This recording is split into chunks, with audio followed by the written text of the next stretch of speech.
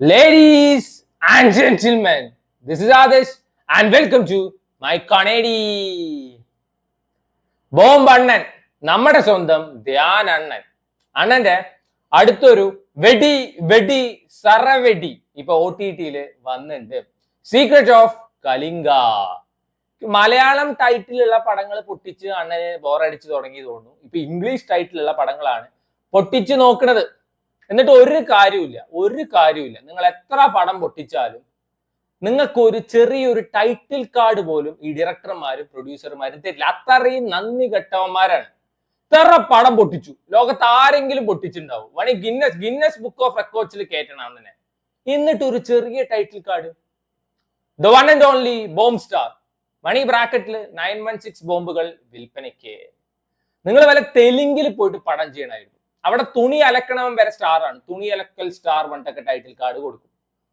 ഇനി കുറച്ചു കാലം തെലുങ്കിൽ പോയിട്ട് ജാനണ്ണ ബോംബ് പൊട്ടിക്കണ്ണ. So secret of Kalinga Sun നെക്സ്റ്റിലാണ് സ്ട്രീം ചെയ്യുന്നത്. അതാണ് ഞാൻ പറഞ്ഞത്, വെടി പ്ലസ് വെടി സറവെടി. OTT പ്ലാറ്റ്ഫോമും വെടിയാണ്, പടവും വെടിയാണ്, കോമ്പിനേഷൻ സറവെടി. പടത്തില് AI കണ്ടുണ്ടാവും. ആണാ ഒരു പടം മുഴുവൻ AI പാത്തിരിക്കുക. അതാണ് ഈ പടം. പടത്തിൽ ഫുൾ AI ആണ്. സിനിമ തുടങ്ങണ ഫസ്റ്റ് സീൻ തൊട്ട് AI ഏറും പിടിയാണ്. ഇപ്പൊ മനസ്സിലായില്ലേ, AIക്ക് പോലും ഒരു പടത്തിനെ രക്ഷിക്കാൻ പറ്റില്ല. ധ്യാൻ ശ്രീനിവാസൻ ഒന്നും അല്ല ഈ സിനിമയിലെ മെയിൻ ലീഡ്. ഇതിലത്തെ ഡയറക്ടറാണ്. ഇതിലത്തെ ഡയറക്ടർക്ക് അഭിനയം പഠിക്കണം, ഡിറക്ഷൻ പഠിക്കണം. പാവം ഒരു പ്രൊഡ്യൂസറിനെ കിട്ടി. അപ്പൊ പണിയതാണ് സീക്രട്ട് ഓഫ് കലിംഗ. ധ്യാൻ ശ്രീനിവാസൻ, മലയാളത്തിലെ ധനുഷ്, അൽതാഫ് സലീം, അതേപോലെ തന്നെ റിയാസ് ഖാൻ, നമ്മുടെ ഡയറക്ടർ സാർ, ഇവരൊക്കെയാണ് അഭിനയിച്ചിരിക്കുന്നത്. ഇതിൽ നമ്മുടെ ഡയറക്ടർ സാറും അതേപോലെ തന്നെ റിയാസ് ഖാനുമാണ് മെയിൻ ലീഡായിട്ട് അഭിനയിച്ചിരിക്കുന്നത്. കൂടെ കുറെ ക്യാരക്ടേഴ്സ് ഉണ്ട്, അതിനെ പറ്റി പറയാം. ഈ സിനിമ തുടങ്ങുമ്പോൾ കാണിക്കുന്നത് മോഡേൺ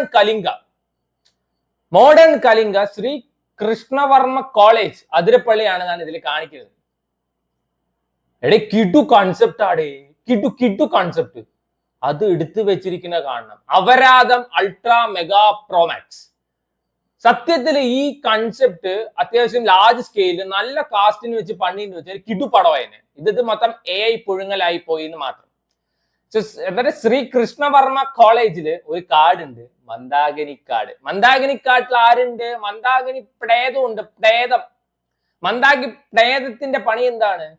കിണറിന് കാവലിരിക്കുക. കിണറിന്റെ വാച്ച്മാൻ ആണ് തോന്നുന്നു മന്ദാകിനി പ്രേതം.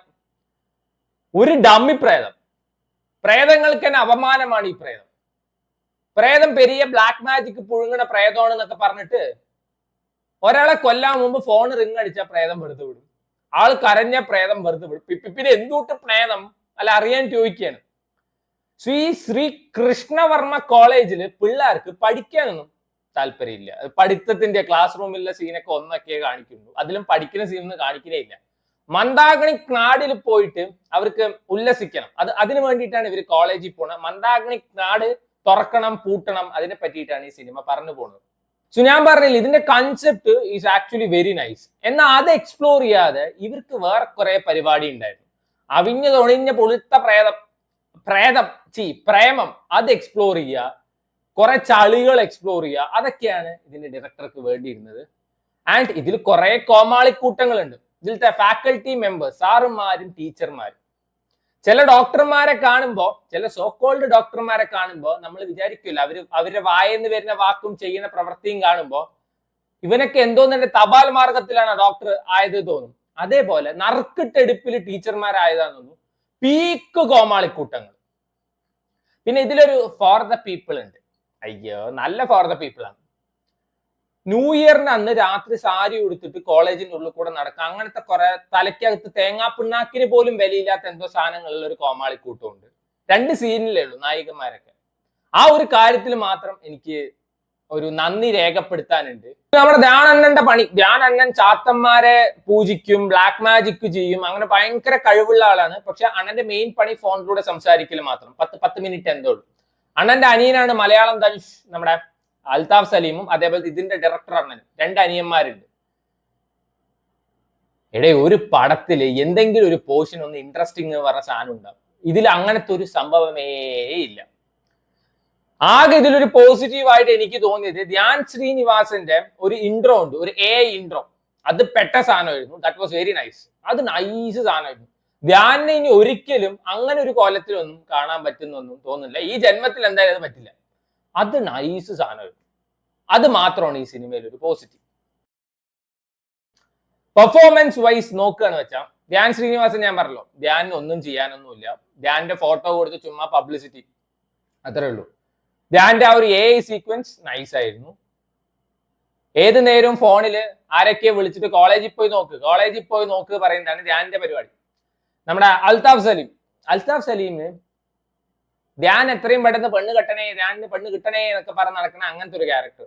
ഈ ചെറുക്കനാണ് വെച്ചാൽ കോളേജിൽ പഠിക്കാനാണ് പോണത് പറഞ്ഞിട്ട് അതൊരു പെണ്ണിന്റെ പിന്നാലെ ഒലിപ്പിച്ച് നടക്കണ ഡയറക്ടർ. ആർക്കും അങ്ങനെ വലുതായിട്ട് പെർഫോം ചെയ്യാനൊന്നുമില്ല. കാരണം ഈ പടത്തിൽ കൂടുതൽ AI ആണ്. ധ്യാൻ ശ്രീനിവാസന്റെ AI പണ്ണൽ എനിക്ക് മനസ്സിലായി. അൽതാഫ് സലീമിനൊക്കെ എന്തിനാടെ AI പണിയിരിക്കുന്നത്? അങ്ങേര് നമ്മുടെ മലയാളത്തിലെ ധനുഷ് എന്ന് വിളിക്കുന്നത് വെറുതെ അല്ല. അങ്ങേര് സ്കൂൾ കുട്ടിയായാലും കോളേജ് പയ്യനായാലും മുതുക്കനായാലും ഒരേപോലെയാണ്. അങ്ങേർക്കൊക്കെ എന്തിന് AI പണ്ണണം? AI പണിയിട്ട് അൽതാഫ് സലീമിനെ കൊണ്ടേ തൊലച്ചിട്ടുണ്ട്. ആൻഡ് ഈ സിനിമയുടെ ക്ലൈമാക്സിൽ ഒരു അപരാധം പണി വെക്കലുണ്ട്. അത് അൺസഹിക്കബിൾ ആയിരുന്നു. എന്നാൽ ഇതേ കൺസെപ്റ്റ് ഒരു ബിഗർ സ്കെയിലില് നല്ല നല്ല കാസ്റ്റ് ആൻഡ് ക്രൂ വെച്ച് എടുത്തിട്ട് വെച്ചാൽ ഇത് പെട്ട സാധനമാണ്. ഡെഫിനറ്റ്ലി ചിലപ്പോൾ ഒരു ബെഞ്ച് മാർക്ക് പടമായിരുന്നു. ഇതിന്റെ ഡയറക്ടർ ഒരിക്കൽ പറയണ്ടായിരുന്നു, ധ്യാൻ അണ്ണൻ ദൈവമാണ്, ധ്യാൻ അണ്ണൻ ഉള്ളതുകൊണ്ട് മാത്രമാണ് ഈ പടം നടന്നതെന്നൊക്കെ. ഒരു കാര്യം മനസ്സിലാക്കണം, ഒരു സിനിമ എടുക്കുക എന്നുള്ളത് ചിലപ്പോൾ ഒരാളുടെ ആഗ്രഹമായിരിക്കും. അത് ചിലപ്പോൾ ഇങ്ങനത്തെ പല ആക്ടേഴ്സ് സഹായിച്ചിട്ടൊക്കെ നടക്കും. ഈ സിനിമ ഫീൽഡിലോട്ട് ഇപ്പൊ കടന്നു ചെല്ലാൻ അല്ലെങ്കിൽ സിനിമ എടുക്കാൻ ഈസ് ആക്ച്വലി ഈസി. എന്നാൽ അവിടെ പിടിച്ചു നിൽക്കാനാണ് ബുദ്ധിമുട്ട്. കണ്ടിന്യൂസ് ആയി ഫിലിം ചെയ്യാനും ആ ഒരു ലൈം ലൈറ്റിൽ നിൽക്കാനാണ് ബുദ്ധിമുട്ട്. സിനിമയിലേക്ക് ഇന്ന് ആർക്ക് പണി കയറിച്ചല്ല, അതിലൊന്നും ഒരു പണിയില്ല. എത്ര അപരാധങ്ങൾ അപ്പൊ ഇറങ്ങി വിടുന്നത്, അത് മാത്രം നോക്കിയാൽ മതി. അപ്പൊ 1-2 സിനിമയൊക്കെ ചിലപ്പോൾ ആക്ടേഴ്സ് സഹായിച്ചു അല്ലെങ്കിൽ മറ്റേ പ്രൊഡ്യൂസർമാർ സഹായിച്ചു പറഞ്ഞിട്ടൊക്കെ ഇറക്കാൻ പറ്റും. പക്ഷെ പിടിച്ചു നിൽക്കാൻ പറ്റില്ല. പിടിച്ചു നിൽക്കാൻ പറ്റണം വെച്ചാൽ ക്വാളിറ്റി കണ്ടന്റ് വേണം. ആൻഡ് യു നീഡ് സ്കില്ല് വേണം.